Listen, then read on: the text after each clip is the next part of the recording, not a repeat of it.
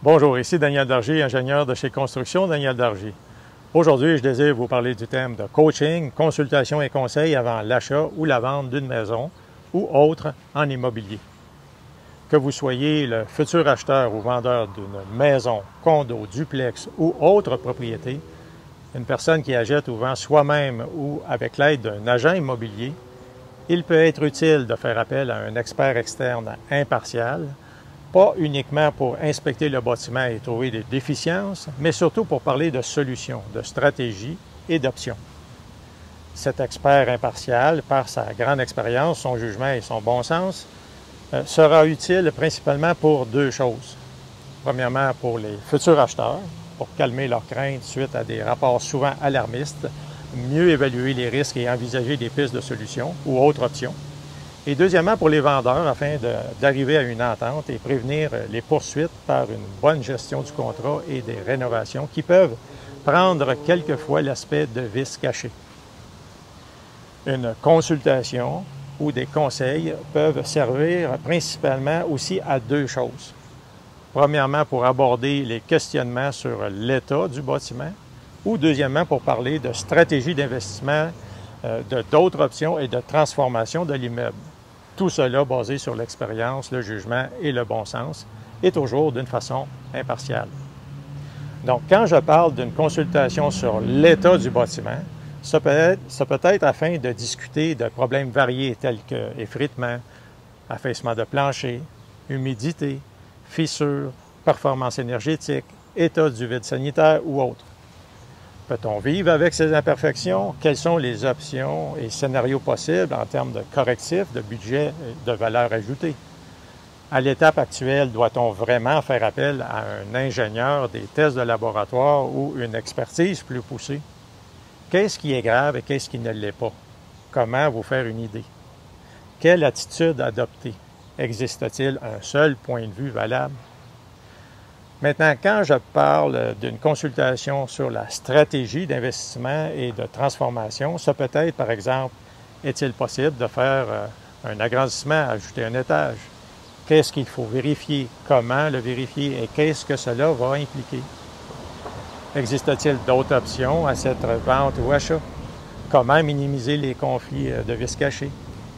Il y a une multitude de situations pour lesquelles faire appel à un expert externe impartial, conseiller immobilier, autre qu'un agent immobilier, est vraiment un bon investissement. Pas seulement pour trouver des problèmes, mais pour être mieux informé et apporter des idées et des solutions créatives. Dans tous les cas, il faut être conscient des limitations de l'intervention de l'expert, ceci en fonction des attentes des clients, acheteurs ou vendeurs. Souvent, ces types d'interventions prennent plutôt la forme d'une consultation basée sur le bon sens, le jugement et l'expérience, plutôt que sur des données scientifiques, techniques ou structurelles, souvent impossibles à vérifier ou obtenir avant une transaction. Faites aussi attention lorsque vous basez votre décision du choix d'un expert impartial en immobilier seulement sur des diplômes ou le titre professionnel. Sachez que l'expérience, le jugement, le bon sens, l'honnêteté, la conscience morale et le souci des autres, ça ne s'apprend pas à l'école et ne s'évalue pas par des diplômes. Bien sûr, le coach, consultant ou conseiller impartial idéal en immobilier avant l'achat ou la vente est de préférence un expert avec une forte expérience technique en construction et rénovation et avec une philosophie, une attitude et une approche créative de solutions. Cet expert aura également plusieurs autres qualités et cordes à son arc, dont bien connaître les lois et normes du travail secteur construction, avoir une approche psychologique et humaine, savoir écouter et respecter les goûts et attentes des clients, posséder un excellent réseau de contacts d'experts à référer aux besoins, car on ne peut pas être expert dans tout, savoir observer, analyser des situations, bien expliquer et vulgariser l'information pour les clients, avoir de l'expérience, du bon sens et du jugement, aborder les situations de façon positive et constructive, savoir également dénouer des conflits et bien maîtriser la gestion des risques et de crises. Je n'ai pas mentionné toutes les situations, mais comme vous le voyez, le coaching, la consultation et les conseils avant l'achat ou la vente d'un immeuble peuvent prendre plusieurs formes, en allant de quelques minutes à un montage complet de projets immobiliers, avec des croquis, études de coûts et autres. Il faut aussi réaliser que derrière l'achat ou la vente d'un immeuble, il y a l'humain, les clients qui possèdent des qualités, des défauts, des forces et faiblesses, des inquiétudes, des attentes et objectifs, des sentiments et émotions. Il y a les obligations familiales, considérer les risques et tout un bagage psychologique. Il est important d'être à l'écoute de tous ces aspects humains qui sont fondamentaux.